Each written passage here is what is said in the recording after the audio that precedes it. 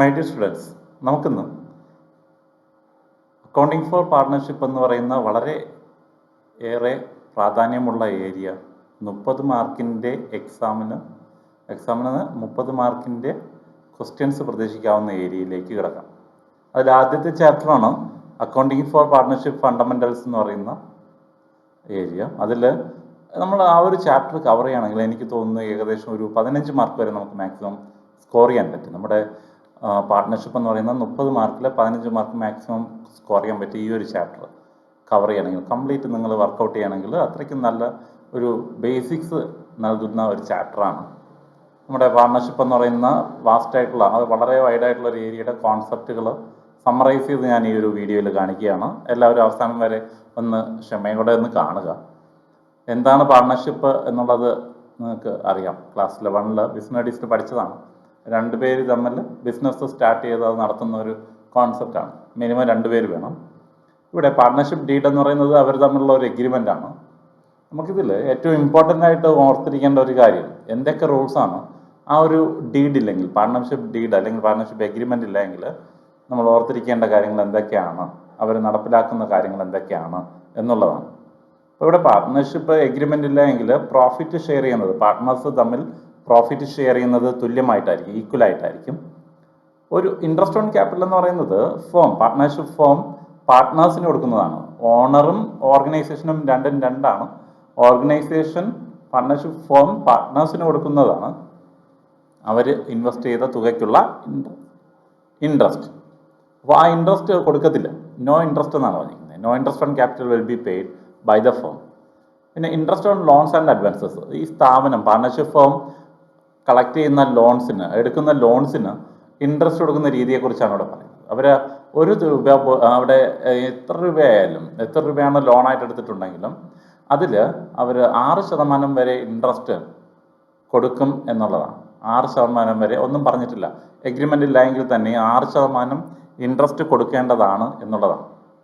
Interest on drawings എന്ന് പറയുന്നത് partners ഓരോ വ്യക്തികളും ഫേമിൽ നിന്നും വിഡ്രോ ചെയ്യുന്ന തുകയ്ക്ക് അവർ നൽകുന്ന പലിശയാണ്, ഫേമിന് അങ്ങോട്ട് നൽകേണ്ട പലിശയാണ്. അപ്പോൾ ആ ഫേമിന് അവർ മാക്സിമം എത്ര രൂപയാണോ പലിശയായിട്ട് നൽകേണ്ടത് അതൊന്നും നൽകേണ്ടതില്ല എന്നുള്ളതാണ് അവിടെ പറയുന്നത്. അവർ അങ്ങനെ ഒരു പലിശയും ഫേമിന് നൽകേണ്ടതില്ല. അതോടൊപ്പം തന്നെ പാർട്ട്നേഴ്സിന് ആക്റ്റീവായിട്ട് വർക്ക് ചെയ്യുന്ന പാർട്ട്നേഴ്സ് ഉണ്ട്, അറിയാമല്ലോ. Sleeping partners, active partners. ഓർഗനൈസേഷൻ്റെ എല്ലാ കാര്യങ്ങളും മാനേജ് ചെയ്യുന്ന പാർട്ട്നേഴ്സിന് സാലറിയും അതോടൊപ്പം തന്നെ അവർ ചെയ്യുന്ന വർക്കിനൊക്കെ കമ്മീഷൻ കിട്ടാനുള്ള സാധ്യതയുണ്ട്.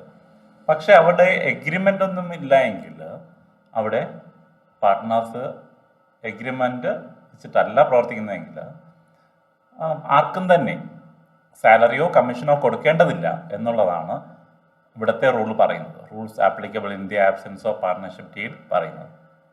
അപ്പോൾ ഇത്രയും കാര്യങ്ങളാണ് നമ്മുടെ പ്രധാനപ്പെട്ട റൂൾസായിട്ട് നമ്മൾ ഓർത്തിരിക്കേണ്ടത്.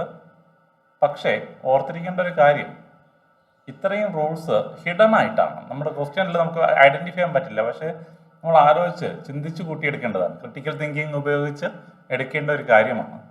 അപ്പോൾ അതിന് നിങ്ങൾ എത്രത്തോളം ഇമ്പോർട്ടൻസ് കൊടുക്കുന്നുണ്ട് എന്നുള്ളത് ഓർത്തിരിക്കുക. വളരെ പ്രാധാന്യമുള്ള ടോപ്പിക്കാണ്.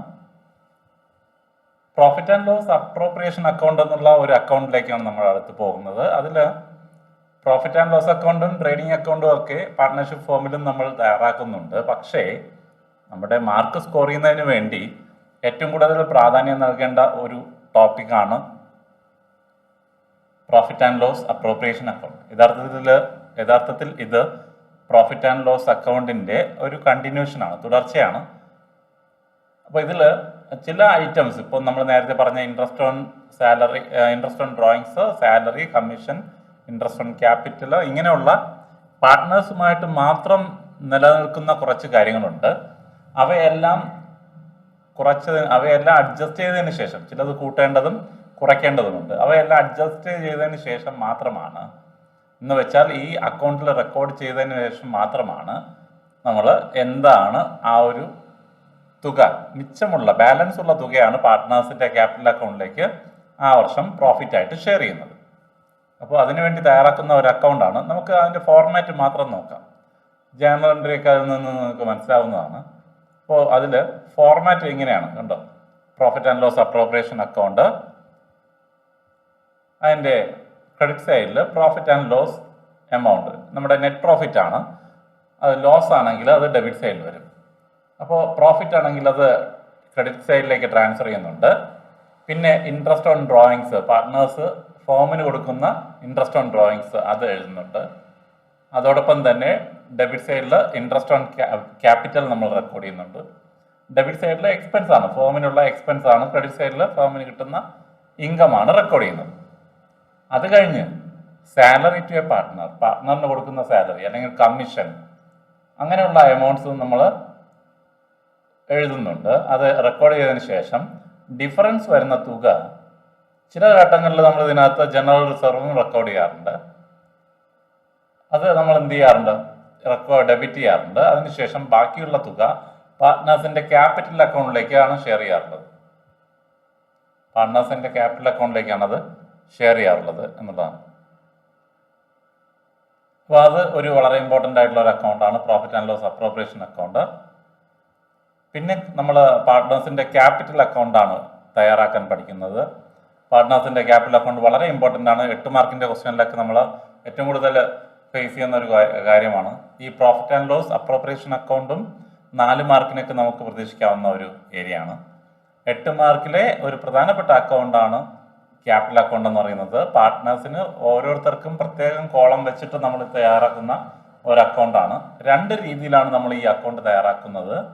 അവർക്ക് എന്താണ് കിട്ടുന്നത്, അവർ ഫേമിന് എന്താണ് നൽകുന്നത് എന്നുള്ളത് വ്യക്തമായിട്ട് അതിലേക്ക് റെക്കോർഡ് ചെയ്യുന്നുണ്ട്. 2 രീതിയിലാണ് നമ്മൾ അത് തയ്യാറാക്കുന്നത്. ഒന്ന് ഫിക്സഡ് ക്യാപിറ്റൽ മെത്തേഡ് എന്നും 2 ഫ്ലക്ച്വേറ്റിംഗ് ക്യാപിറ്റൽ മെത്തേഡ് എന്നും. അതിൻ്റെ അക്കൗണ്ടിൻ്റെ സ്ട്രക്ചർ നോക്കുമ്പോൾ നമുക്ക് മനസ്സിലാക്കാൻ പറ്റും എന്താണ് വ്യത്യാസം.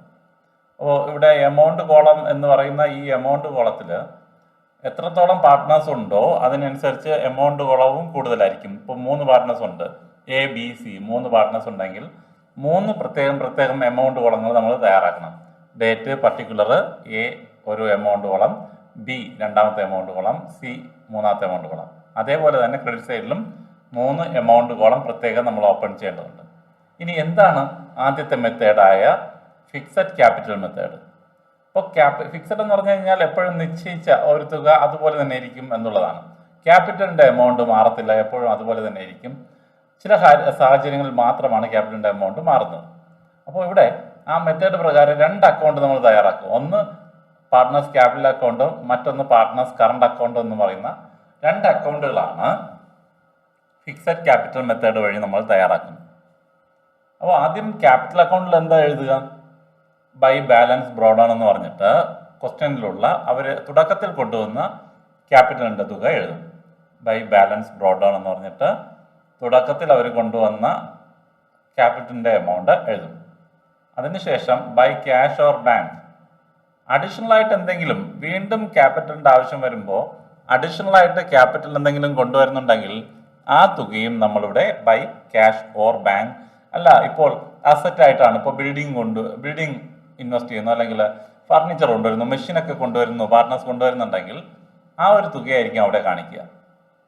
അപ്പോൾ അത്രയും ഓർത്തിരിക്കുക. പിന്നെ ഈ പാർട്ട്ണർ പെർമനൻ്റ് ആയിട്ട് ആജീവനാന്ത കാലത്തേക്ക് ഇതിൽ നിന്നും തുക വിഡ്രോ ചെയ്യുന്നു, പിന്നെ ഒരിക്കലും കൊണ്ടുവരത്തില്ല, ആ വിഡ്രോ ക്യാപിറ്റലിൽ നിന്ന് പിൻവലിച്ചുകൊണ്ട് പോവുകയാണെങ്കിൽ അതിനെ നമ്മൾ ടു ക്യാഷ് എന്ന ഡെബിറ്റ് സൈഡിൽ കാണിക്കും. ബാക്കിയുള്ള തുകയെ ബാലൻസ് ക്യാരി ഡൗൺ എന്ന് കാണിക്കും. അപ്പോൾ ഇതിനകത്ത് ക്യാപിറ്റലായിട്ട് ബന്ധപ്പെട്ടുള്ള ഐറ്റംസ് മാത്രമാണ് വരുന്നത്.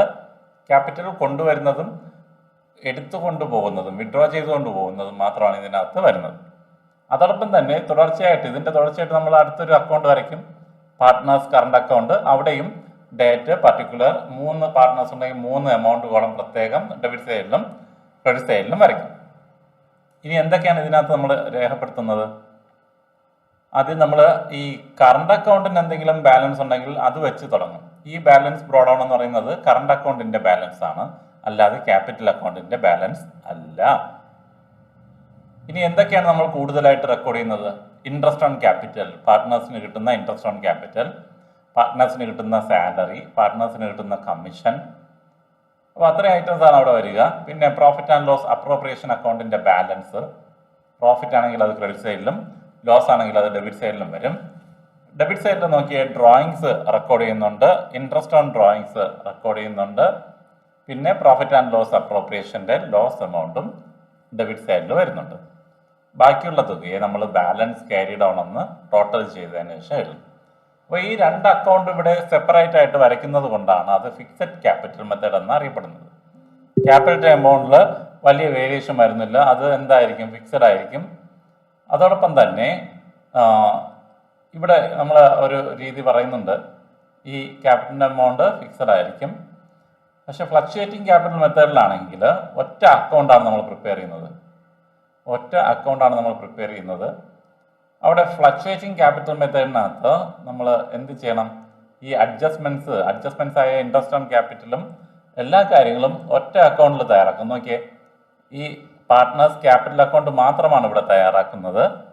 ഇവിടെ ബാലൻസ് ബ്രോഡ് ഡൗൺ എന്ന് പറയുന്നത് ക്യാപിറ്റലിന്റെ ബാലൻസ് ആണ്, ഒറ്റ അക്കൗണ്ടാണ്. എമൗണ്ട് കോളം എത്ര എണ്ണം പാർട്ട്നേഴ്സ് ഉണ്ടോ, depending upon the number of partners, നമ്മൾ എന്ത് ചെയ്യേണ്ടിയുണ്ട്, എമൗണ്ട് കോളം ഓപ്പൺ ചെയ്യണം. അപ്പോൾ ബാലൻസ് ബ്രോഡ് ഡൗൺ എന്ന് പറഞ്ഞ് ഓപ്പണിംഗ് ക്യാപിറ്റൽ എഴുതി, അസറ്റായിട്ട് കൊണ്ടുവരുന്നുണ്ടെങ്കിൽ അതും നമ്മൾ എഴുതുന്നുണ്ട്. അതോടൊപ്പം തന്നെ ബൈ ക്യാഷ് ഓർ ബാങ്ക് നമ്മളത് അഡീഷണൽ ആയിട്ട് എന്തെങ്കിലും കൊണ്ടുവന്നിട്ടുണ്ടെങ്കിൽ അത് എഴുതും. ഇൻട്രസ്റ്റ് ഓൺ ക്യാപിറ്റൽ എഴുതുന്നുണ്ട്, സാലറി എഴുതുന്നുണ്ട്, കമ്മീഷൻ പാർട്ട്നേഴ്സിന് കിട്ടുന്ന തുകയെല്ലാം ഇവിടെ എഴുതുന്നുണ്ട്, പ്രോഫിറ്റ് ആൻഡ് ലോസ് അപ്രോപ്രിയേഷൻ അവരുടെ പ്രോഫിറ്റ് എമൗണ്ട് എഴുതുന്നുണ്ട്. പിന്നെ ഡെബിറ്റ് സൈഡിൽ വരുമ്പോൾ ഡ്രോയിങ്സ് എമൗണ്ട് വരുന്നുണ്ട്, ഇൻട്രസ്റ്റ് ഓൺ ഡ്രോയിങ്സ് എമൗണ്ട് വരുന്നുണ്ട്, പ്രോഫിറ്റ് ആൻഡ് ലോസ് അപ്രോപ്രിയേഷൻ്റെ ലോസ് എമൗണ്ട് വരുന്നുണ്ട്. അതോടൊപ്പം തന്നെ ബാലൻസ് ക്യാരി ഡൗൺ എന്ന് പറഞ്ഞ് എഴുതുന്നുണ്ട്. അപ്പോൾ ഈ ഒരു രീതിയിലാണ് ക്യാപിറ്റൽ അക്കൗണ്ട് തയ്യാറാക്കുന്നത്. പ്രത്യേകിച്ച് നമ്മൾ ഫിക്സഡ് ക്യാപിറ്റൽ മെത്തേഡും ഫ്ലക്ച്വേറ്റിംഗ് ക്യാപിറ്റൽ മെത്തേഡും ആണ് യൂസ് ചെയ്യാറുള്ളത്. അതോടൊപ്പം തന്നെ ഇതിൻ്റെ വേരിയേഷൻ അക്കൗണ്ടുകൾ രണ്ടെണ്ണം നമ്മൾ ഫിക്സഡ് ക്യാപിറ്റൽ മെത്തേഡിലും ഫ്ലക്ച്വേറ്റിംഗ് ക്യാപിറ്റൽ മെത്തേഡിലാണെങ്കിൽ നമ്മളത് ഒറ്റ അക്കൗണ്ടായിട്ട് ചുരുക്കും. അപ്പോൾ ഉടനെ തന്നെ നിങ്ങൾ മാക്സിമം പ്രോബ്ലംസ് വർക്കൗട്ട് ചെയ്യുക, എന്നിട്ട് അത് മാക്സിമം എന്ത് ചെയ്യുക, സോൾവ് ചെയ്ത് ഡൗട്ട്സ് ഉള്ളത് ക്ലാരിഫൈ ചെയ്യുക. ഇനി നമ്മൾ ഈ 4 മാർക്കിനൊക്കെ ചില സമയത്ത് പ്രതീക്ഷിക്കുന്ന ഒരു ഏരിയ ആണ് ഇൻട്രസ്റ്റ് ഓൺ ക്യാപിറ്റൽ. വളരെ അപൂർവമായിട്ടാണ് ചോദിക്കാറുള്ളത്. അപ്പോൾ നമുക്ക് നോക്കേണ്ട കാര്യം ആദ്യം സിമ്പിളായിട്ടുള്ള ഒരു കാൽക്കുലേഷനാണ്. തന്നിരിക്കുന്ന ക്യാപിറ്റലിൻ്റെ പെർസെൻറ്റേജ് ഓഫ് ഇൻട്രസ്റ്റ് പറഞ്ഞിട്ടുണ്ടായിരിക്കും. അപ്പോൾ ക്യാപിറ്റലിൻ്റെ തുക ഇൻറ്റു എത്രയാണോ ഇൻട്രസ്റ്റിൻ്റെ rate divided by 100. Normal problem ആണ്.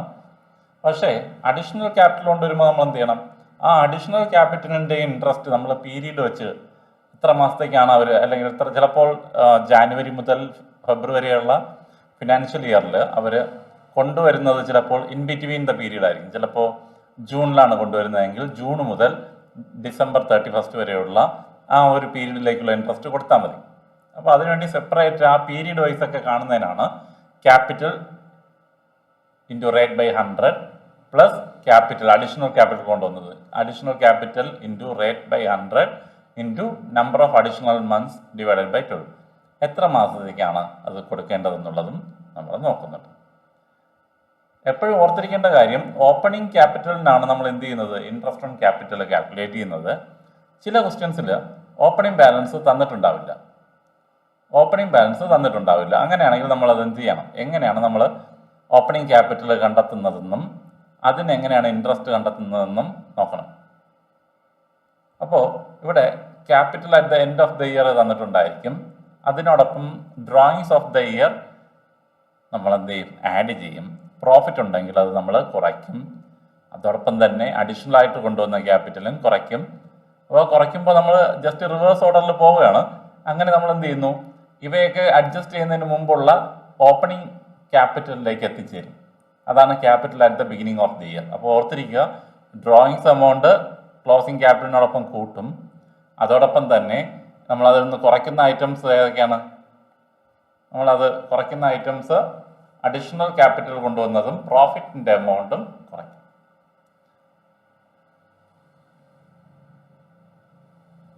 അപ്പോൾ അങ്ങനെ നമ്മൾ കാൽക്കുലേഷൻ നടത്തി അതിൻ്റെ എമൗണ്ടിന് പെർസെൻറ്റേജ് കണ്ടെത്തി പോകും എന്നുള്ളതാണ്.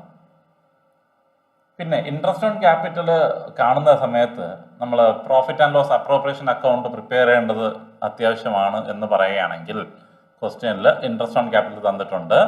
പ്രോഫിറ്റ് നമുക്ക്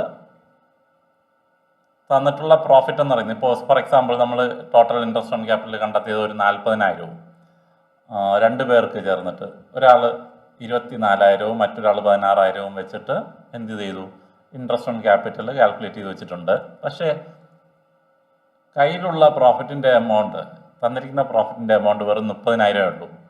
യഥാർത്ഥത്തിൽ ഈ പ്രോഫിറ്റിൽ നിന്നാണ് എന്ത് ചെയ്യുന്നത് ഈ എക്സ്പെൻസ് എല്ലാം മീറ്റ് ചെയ്യുന്നത്. അപ്പോൾ ഇൻട്രസ്റ്റ് ഓൺ ക്യാപിറ്റൽ കൊടുക്കാനുള്ള പ്രോഫിറ്റ് ഇല്ല എങ്കിൽ എന്ത് ചെയ്യണം, ഈ രണ്ട് പാർട്ട്നേഴ്സിൻ്റെയും ഇൻട്രസ്റ്റ് ഓൺ ക്യാപിറ്റലിൻ്റെ പ്രൊപ്പോർഷൻ എടുക്കണം. അപ്പോൾ 24,000:16,000 24:16 അതിനെ മിനിമൈസ് ചെയ്തിട്ട് നമ്മൾ എന്ത് ചെയ്യുക, അതിനെ 3:2 എന്നുള്ള രീതിയിൽ ഷെയർ ഈ പറയുന്ന 30,000 ഷെയർ ചെയ്ത് കാണിക്കണം. കാരണം നമുക്ക് 40,000 രൂപ കൊടുക്കാനില്ല, ടോട്ടൽ ഇൻട്രസ്റ്റ് ഓൺ ക്യാപിറ്റൽ കൊടുക്കാനില്ല. അതുകൊണ്ട് ആ പാർട്ട്നേഴ്സിൻ്റെ ഇൻട്രസ്റ്റ് ഓൺ ക്യാപിറ്റലിൻ്റെ പ്രൊപ്പോർഷൻ എടുത്തിട്ട് അത് വെച്ചിട്ടാണ് ചെയ്യുക. ഇനി ഈ ചാപ്റ്ററിൽ വളരെ നമ്മളെ കൺഫ്യൂസ് ചെയ്യുന്ന ചില കാൽക്കുലേഷനാണ് ഇൻട്രസ്റ്റ് ഓൺ ഡ്രോയിങ്സ് എന്ന് പറയുന്നത്. ഇൻട്രസ്റ്റ് ഓൺ ഡ്രോയിങ്സ് എന്ന് പറയുമ്പോൾ ഇതിനകത്ത് വളരെ സിമ്പിളായിട്ട് കാണുന്ന രീതി എന്ന് പറയുന്നത് ഡ്രോയിങ്സിൻ്റെ എമൗണ്ട്, പണം പിൻവലിച്ച തുക into rate into number of months, rate divide by 100 into number of months divide by 12. അതോടൊപ്പം തന്നെ പ്രത്യേകിച്ച് ഒന്നും പറഞ്ഞിട്ടില്ല എങ്കിൽ നമ്മൾ ആവറേജ് പീരീഡ് ശരാശരി പീരീഡ് ഒന്നും പറഞ്ഞിട്ടില്ല, എന്നാണ് വിഡ്രോ ചെയ്തതെന്ന് പറഞ്ഞിട്ടില്ല എങ്കിൽ നമ്മൾ ഉപയോഗിക്കുന്ന ഇക്വേഷനാണ് drawings into rate by 100 into 6/12. ആദ്യത്തെ ഇക്വേഷനിൽ എന്നാണ് പണം പിൻവലിച്ചതെന്ന് പറഞ്ഞിട്ടുണ്ടായിരിക്കും. രണ്ടാമത്തെ ഇക്വേഷനിൽ അത് പണം പിൻവലിച്ച ഡേറ്റ് പറഞ്ഞിട്ടില്ല എങ്കിൽ നമ്മൾ യൂസ് ചെയ്യേണ്ട കാര്യമാണ്. അപ്പോൾ അത് ഓർത്തിരിക്കുക, എന്താണ് അതിൻ്റെ ഒരു വ്യത്യാസം എന്നുള്ളത്. അടുത്ത് പലതവണയായിട്ട് പണം പിൻവലിക്കുകയാണെങ്കിൽ നമ്മൾ ഉപയോഗിക്കേണ്ട രീതി രണ്ടെണ്ണമാണ്. ഒന്ന് പ്രോഡക്റ്റ് മെത്തേഡ് യൂസ് ചെയ്യാം, അല്ലെങ്കിൽ നമുക്ക് സിമ്പിൾ മെത്തേഡ് തന്നെ യൂസ് ചെയ്യാം. ഇവിടെ പ്രോഡക്റ്റ് മെത്തേഡ് യൂസ് ചെയ്തുകൊണ്ടാണ് പണം പിൻവലിക്കുന്നതെങ്കിൽ നമ്മൾ എന്ത് ചെയ്യും, ഒരു ടേബിളൊക്കെ വരച്ച് അതിനകത്ത് നമ്മൾ ആദ്യം പീരീഡ്, വിഡ്രോ ചെയ്ത എമൗണ്ട്, എത്ര മാസത്തേക്കാണ് ഈ പറഞ്ഞ തുക കാണേണ്ടത്, ഇൻട്രസ്റ്റ് കാണേണ്ടത്, അങ്ങനെയൊക്കെ ഉള്ളത് കണ്ടെത്തിയിട്ട് എന്ത് ചെയ്യുക, നമ്മൾ സം ഓഫ് പ്രോഡക്റ്റ് എടുക്കുക. ഈ പീരീഡും വിഡ്രോ ചെയ്ത എമൗണ്ടും വെച്ചിട്ട് നമ്മൾ മൾട്ടിപ്ലൈ ചെയ്യും. എന്നിട്ട് അതിനെന്ത് ചെയ്യുക, നമ്മൾ ഈ പറഞ്ഞ രീതിയിൽ സം ഓഫ് പ്രോഡക്റ്റ് കണ്ടിട്ട് ഈ ഇക്വേഷനിൽ അപ്ലൈ ചെയ്യുക. അപ്പോൾ നമുക്ക് എന്ത് കിട്ടും, ഇൻട്രസ്റ്റ് ഓൺ ഡ്രോയിങ്സ് കിട്ടും. പിന്നെ എല്ലാ മാസവും വിഡ്രോ ചെയ്യുന്നുണ്ട്, പക്ഷേ എന്നാണ് വിഡ്രോ ചെയ്തത് പറയുന്നില്ല. അങ്ങനെയാണെങ്കിൽ നമ്മൾ ആവറേജ് പീരീഡ് കാണേണ്ട ഇക്വേഷനാണ് ഇവിടെ പറഞ്ഞിരിക്കുന്നത്. എന്നാണ് പറഞ്ഞിട്ടില്ല, ഡേറ്റ് എന്നാണ് വിഡ്രോ ചെയ്തതെന്ന് പറഞ്ഞിട്ടില്ല എങ്കിൽ നമുക്ക് ഈ ഒരു ആവറേജ് പീരീഡ് എന്ന് പറയുന്ന ഒരു അബ്സ്ട്രാക്റ്റ് കോൺസെപ്റ്റ് വെച്ചിട്ട് മുമ്പോട്ട് പോകാം. അപ്പോൾ ഫിക്സഡ് എമൗണ്ട് വിഡ്രോ ചെയ്തത് എന്നാണെന്ന് പറഞ്ഞിട്ടില്ല. അപ്പോൾ ആവറേജ് പീരീഡ് കാണേണ്ട ഇക്വേഷൻ നോക്കിയേ, time left after first drawings, എന്നാണോ ആദ്യമായിട്ട് പണം പിൻവലിച്ചത് അതിനുശേഷം എത്ര ദിവസം അല്ലെങ്കിൽ എത്ര മാസമാണ് ഉള്ളത്, plus time left after last drawings, അവസാനം പണം പിൻവലിച്ചതിന് ശേഷം എത്ര ദിവസമുണ്ട് അല്ലെങ്കിൽ എത്ര മാസമുണ്ട്, ഡിവൈഡഡ് ബൈ 2. ഉദാഹരണത്തിന് ഇപ്പോൾ പണം പിൻവലിക്കുന്നത് ജാനുവരി 1 ജാനുവരി 1 ശേഷം ഡിസംബർ 31 വരെ എത്ര മാസമുണ്ട്, 12 മാസം. അതോടൊപ്പം തന്നെ അവസാനം പിൻവലിക്കുന്നത് ഡിസംബർ 1 ഒരു മാസമാണ് ഉള്ളത് അല്ലേ. ഡിസംബർ 1 മുതൽ 31 വരെ നമുക്ക് നോക്കുകയാണെങ്കിൽ ഒരു മാസമുണ്ട്. അപ്പോൾ 12 + 1/2 13/2 6.5 എന്ന് നമുക്ക് കിട്ടും. അപ്പോൾ ആവറേജ് പീരീഡ് കൊണ്ട് മൾട്ടിപ്ലൈ ചെയ്യുമ്പോൾ അപ്പോൾ drawings into rate by 100 into 6.5/12 എന്ന് ഉപയോഗിച്ചാണ് നമ്മളത് കാണാൻ. അപ്പോൾ നമുക്ക് ഇനി ഓരോ മാസവും പണം പിൻവലിക്കുമ്പോൾ വിഡ്രോയിങ്സ് നടത്തുന്നതിൻ്റെ ഇൻട്രസ്റ്റ് എങ്ങനെയാണ് കാണേണ്ടതെന്നുള്ളത് നോക്കാം. ആദ്യത്തെ കേസ് നോക്കിയേ, fixed amount withdrawn on first day of the month. ഒരു മാസത്തിൻ്റെ ആദ്യ ദിവസം അല്ലെങ്കിൽ ആദ്യ ആഴ്ചയിൽ പണം പിൻവലിക്കുന്നുണ്ട്, എന്നാണെന്ന് പറഞ്ഞിട്ടില്ല. അപ്പോൾ ആവറേജ് പീരീഡ് കാണുന്നത് നോക്കി, ആദ്യത്തെ മാസം പിൻവലിക്കുന്നത് 1ാമത്തെ ദിവസമായിരിക്കും, അങ്ങനെ കണക്കാക്കുന്നു നമ്മൾ. അപ്പോൾ 12 പ്ലസ് അവസാനത്തെ മാസം പിൻവലിക്കുന്നത് ഡിസംബറിൻ്റെ ആദ്യത്തെ ദിവസമാണെങ്കിൽ പിന്നെയുള്ള മാസങ്ങളുടെ എണ്ണം 1, അങ്ങനെ 12 + 1/2 6.5 6.5 മന്ത്സ് ആണ് ആവറേജ് പീരീഡ്. അപ്പോൾ നമ്മൾ ഡ്രോയിങ്സ് കാണുമ്പോൾ ആ വിഡ്രോ ചെയ്ത amount into rate by 100 into average period ആയിട്ട് 6.5 ഡിവൈഡഡ് ബൈ 12 എന്നുള്ളതായിട്ട് മൾട്ടിപ്ലൈ ചെയ്യും. അതേസമയം പണം പിൻവലിക്കുന്നത് അവസാനത്തെ ദിവസമാണെങ്കിൽ ആവറേജ് പീരീഡ് 5.5 ആയിരിക്കും. 11 + 0/2 നമ്മൾ വളരെ വിശദമായിട്ട് പഠിച്ച കാര്യങ്ങളാണ്. ഫിക്സഡ് എമൗണ്ട് വിഡ്രോ ചെയ്യുന്നത് ഒരു മാസത്തിൻ്റെ പകുതിയിലാണെങ്കിൽ, മധ്യത്തിലാണെങ്കിൽ 6 മാസമായിരിക്കും ആവറേജ് പീരീഡ്. ഇനി പണം പിൻവലിക്കുന്നത് ക്വാർട്ടർലി ആണെങ്കിലോ? ക്വാർട്ടർലി ആണെങ്കിൽ ഒരു വർഷത്തിൽ 4 തവണയാണ് പണം പിൻവലിക്കുക. ഇപ്പോൾ ടോട്ടൽ ഡ്രോയിങ്സ് ഒക്കെ കാണുമ്പോൾ ഒരു മാസത്തിലാണ് പിൻവലിക്കുന്നതെങ്കിൽ 12 കൊണ്ട് മൾട്ടിപ്ലൈ ചെയ്യാനും, അതോടൊപ്പം തന്നെ ക്വാർട്ടർലിയാണ് വിഡ്രോ ചെയ്യുന്നതെങ്കിൽ വിഡ്രോ ചെയ്ത തുക ഇൻറ്റു 4 കൊണ്ട് മൾട്ടിപ്ലൈ ചെയ്യാനും മറക്കരുത്.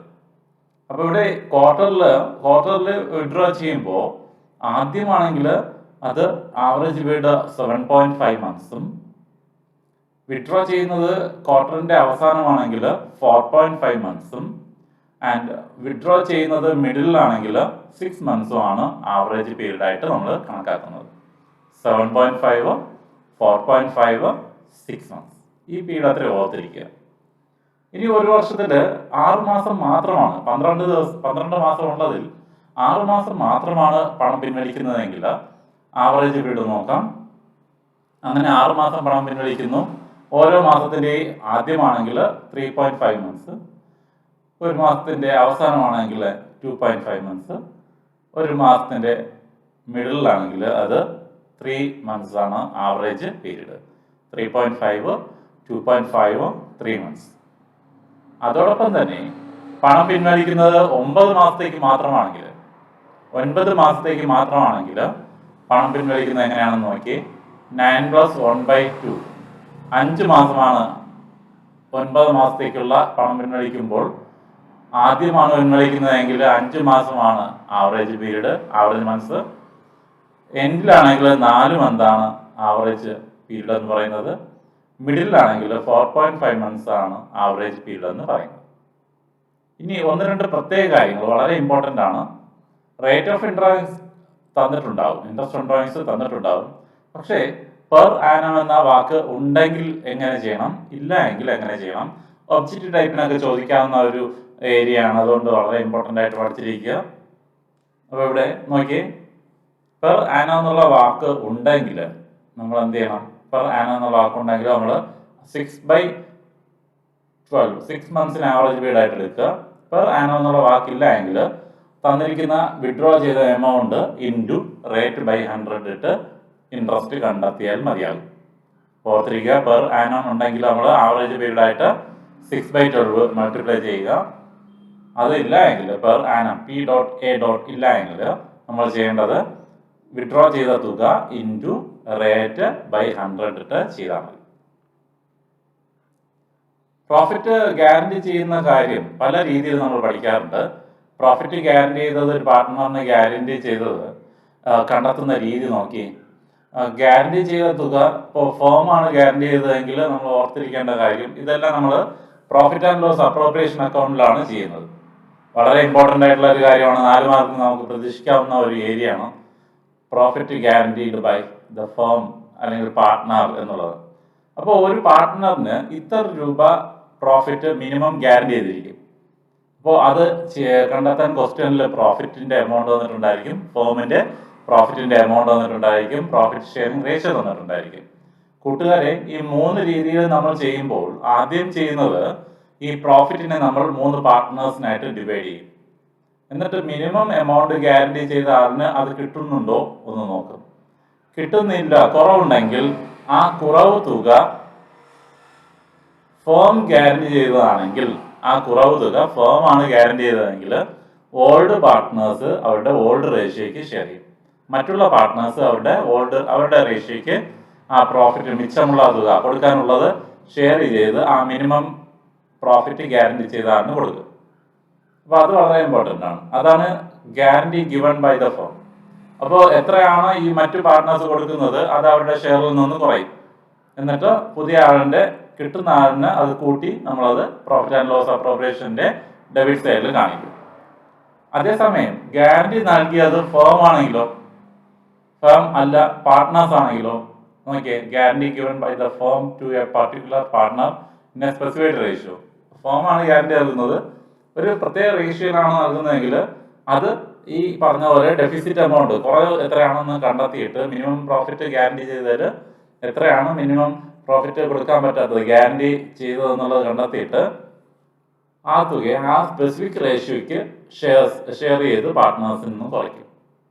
ഇപ്പോൾ ഒരു പാർട്ട്ണറാണ് ഗ്യാരണ്ടി നൽകിയതെങ്കിലോ കംപ്ലീറ്റ് ഡെഫിസിറ്റ് എമൗണ്ടും അയാളുടെ പ്രോഫിറ്റിൽ നിന്ന് കുറച്ച് ഈ പറഞ്ഞ മിനിമം പ്രോഫിറ്റ് ഗ്യാരണ്ടി ചെയ്ത ആളിന് കൊടുക്കും. അങ്ങനെ നമ്മൾ പ്രോഫിറ്റ് ആൻഡ് ലോസ് അപ്രോപ്രിയേഷന്റെ ഡെബിറ്റ് സൈഡിൽ ഇതെല്ലാം ഡീറ്റെയിൽഡ് ആയിട്ട് ആഡ് ചെയ്യുന്നതും ഡിഡക്ട് ചെയ്യുന്നതും ഒക്കെ കാണിച്ച് അക്കൗണ്ട് ക്ലോസ് ചെയ്യും. ഇനി വളരെ ഇമ്പോർട്ടൻ്റ് ആയിട്ട് എല്ലാ വർഷവും നമ്മുടെ ബോർഡ് എക്സാമിന് ചോദിക്കുന്ന ഒരു കാര്യമാണ് adjustment in closed account. Adjustment in closed account എങ്ങനെയാണ്? അഡ്ജസ്റ്റ്മെന്റ് ഇൻ ക്ലോസ്ഡ് അക്കൗണ്ട് നോക്കിയപ്പോൾ നമ്മളുടെ ചില അക്കൗണ്ടുകൾ പ്രിപ്പയർ ചെയ്തതിനു ശേഷം പല ഐറ്റങ്ങളും നമ്മൾ ഒമിറ്റ് ചെയ്തിട്ടുണ്ടായിരിക്കും. ഇപ്പോൾ കമ്മീഷൻ, പാർട്ട്നേഴ്സിന്റെ കമ്മീഷൻ, പാർട്ട്നേഴ്സിനുള്ള ഇൻട്രസ്റ്റ് ഓൺ ക്യാപിറ്റൽ, പാർട്ട്നേഴ്സിനുള്ള സാലറി, അതോടൊപ്പം തന്നെ ഇൻട്രസ്റ്റ് ഓൺ ഡ്രോയിങ്സ് പാർട്ട്നേഴ്സ് കൊടുക്കേണ്ടത്. അപ്പോൾ അങ്ങനെയുള്ള കാര്യങ്ങളൊക്കെ നമ്മൾ ചെയ്യേണ്ടത് എന്താണ്? ഒരു ടേബിൾ വരച്ചിട്ട് ആ ഡിഫറൻസ് എക്സസ് അല്ലെങ്കിൽ നെറ്റ് എഫക്റ്റ് എമൗണ്ട് കണ്ടെത്തി അതിന്റെ ബേസിലാണ് സിംഗിൾ അഡ്ജസ്റ്റിംഗ് എൻട്രി നമ്മൾ തയ്യാറാക്കുന്നത്. അല്ല എങ്കിൽ നമുക്ക് എന്ത് ചെയ്യാം, ഓരോ ഒമിഷനും ഐറ്റം ഒമിറ്റ് ചെയ്തതിന് നമുക്ക് പ്രോഫിറ്റ് ആൻഡ് ലോസ് അഡ്ജസ്റ്റ്മെന്റ് അക്കൗണ്ടിലേക്ക് ട്രാൻസ്ഫർ ചെയ്തിട്ട് നമുക്കതിനെ സിംഗിൾ അഡ്ജസ്റ്റിംഗ് എൻട്രി ആയിട്ടും എഴുതി കാണിക്കാം. ഉദാഹരണത്തിന് നിങ്ങളുടെ ടെക്സ്റ്റ് ബുക്കിലേക്ക് മാക്സിമം ഒന്ന് റെഫർ ചെയ്യുക. വളരെ ഇമ്പോർട്ടൻ്റ് ആയിട്ടുള്ള ഏരിയ ആണ്. ഓർത്തിരിക്കേണ്ടത് അഡ്ജസ്റ്റ്മെന്റ് ടേബിൾ വരയ്ക്കുന്ന രീതിയും തെറ്റായ എമൗണ്ട് എങ്ങനെ വന്നു, അത് ഡിഫറൻസ് എന്താണ്, നെറ്റ് എഫക്റ്റ് എമൗണ്ട് എന്താണെന്നുള്ളത് കണ്ടെത്തി ഡെബിറ്റ് ബാലൻസും ക്രെഡിറ്റ് ബാലൻസും ഒക്കെ മാർക്ക് ചെയ്യാൻ പഠിച്ചിരിക്കുക. അതിന്റെ അടിസ്ഥാനത്തിൽ നമ്മൾ അതിനെന്ത് ചെയ്യും, ചാനൽ എൻട്രി തയ്യാറാക്കും. പിന്നെ ചില കാര്യങ്ങളിൽ മാനേജേഴ്സിന്റെ കമ്മീഷൻ രണ്ട് രീതി നമ്മൾ ഫസ്റ്റ് പഠിച്ച കാര്യമാണ്. മാനേജേഴ്സിന്റെ കമ്മീഷൻ കാണുന്നത് ആഫ്റ്റർ ചാർജിങ്ങും ബിഫോർ ചാർജിങ് കമ്മീഷൻ. ഇത് പ്രോഫിറ്റ് ആൻഡ് ലോസ് അക്കൗണ്ടിൽ കാണിക്കേണ്ട ഒരു കാര്യമാണ്.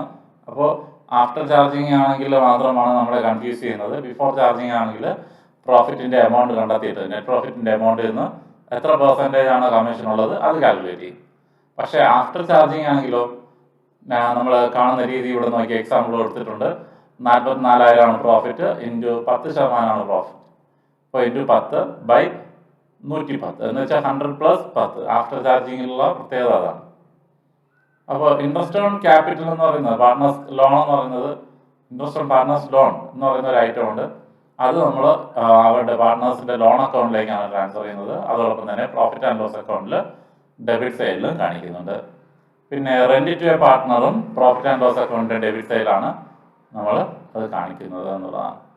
അപ്പോൾ ഇങ്ങനെയുള്ള കുറേ കാര്യങ്ങൾ ഇതിനകത്ത് വരുന്നുണ്ട്.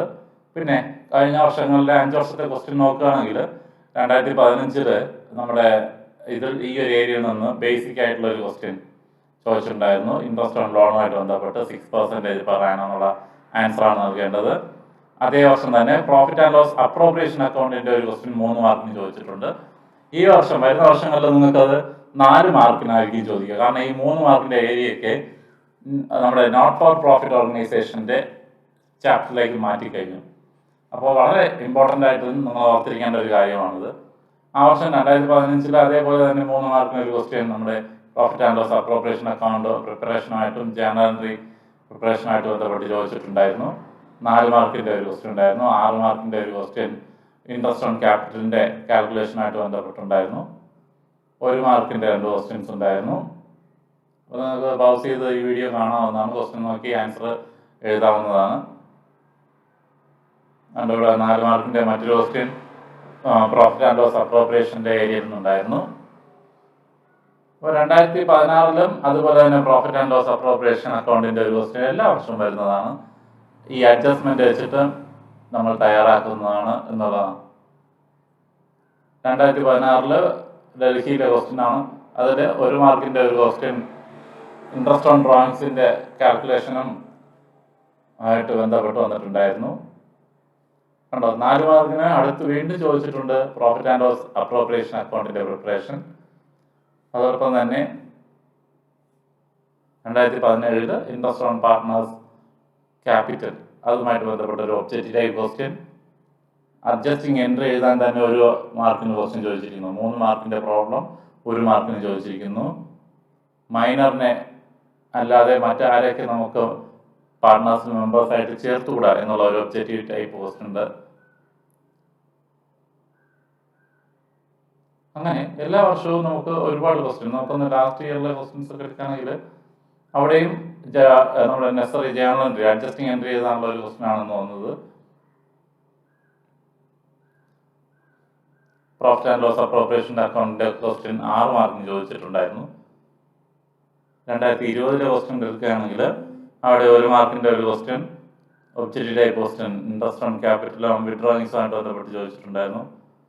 4 മാർക്കിന്റെ ഒരു ക്വസ്റ്റ്യൻ അഡ്ജസ്റ്റിംഗ് എൻട്രി എഴുതാനായിട്ട് ചോദിച്ചിട്ടുണ്ടായിരുന്നു. 4 മാർക്കിന്റെ ക്വസ്റ്റ്യൻ വീണ്ടും profit and loss appropriation account prepare ചെയ്യുന്നതിന് ചോദിച്ചിട്ടുണ്ടായിരുന്നു. അങ്ങനെ ഒരുപാട് ക്വസ്റ്റ്യൻസ് കോമൺ ആയിട്ട് എപ്പോഴും കൂട്ടുകാർ ഓർത്തിരിക്കേണ്ടത് നമ്മുടെ പ്രോഫിറ്റ് ആൻഡ് ലോസ് അപ്രോപ്രിയേഷൻ അക്കൗണ്ടും അഡ്ജസ്റ്റിംഗ് എൻട്രിയുടെ ക്വസ്റ്റ്യനും നന്നായിട്ട് മനസ്സിലാക്കിയിരിക്കുക. അതോടൊപ്പം തന്നെ നമ്മുടെ rules applicable in the absence of partnership deed എന്ന് പറയുന്ന രീതിയും മനസ്സിലാക്കിയിരിക്കുക. അപ്പോൾ ഇതുപോലെ തന്നെ അടുത്ത ചാപ്റ്ററിൻ്റെ വീഡിയോ ഞാൻ തയ്യാറാക്കുന്നുണ്ട്. എല്ലാവരും ഈ വീഡിയോസ് കൂട്ടുകാർക്ക് മാക്സിമം ഷെയർ ചെയ്യുക. അതോടൊപ്പം തന്നെ പ്രോബ്ലംസ് നന്നായിട്ട് വർക്കൗട്ട് ചെയ്യുക.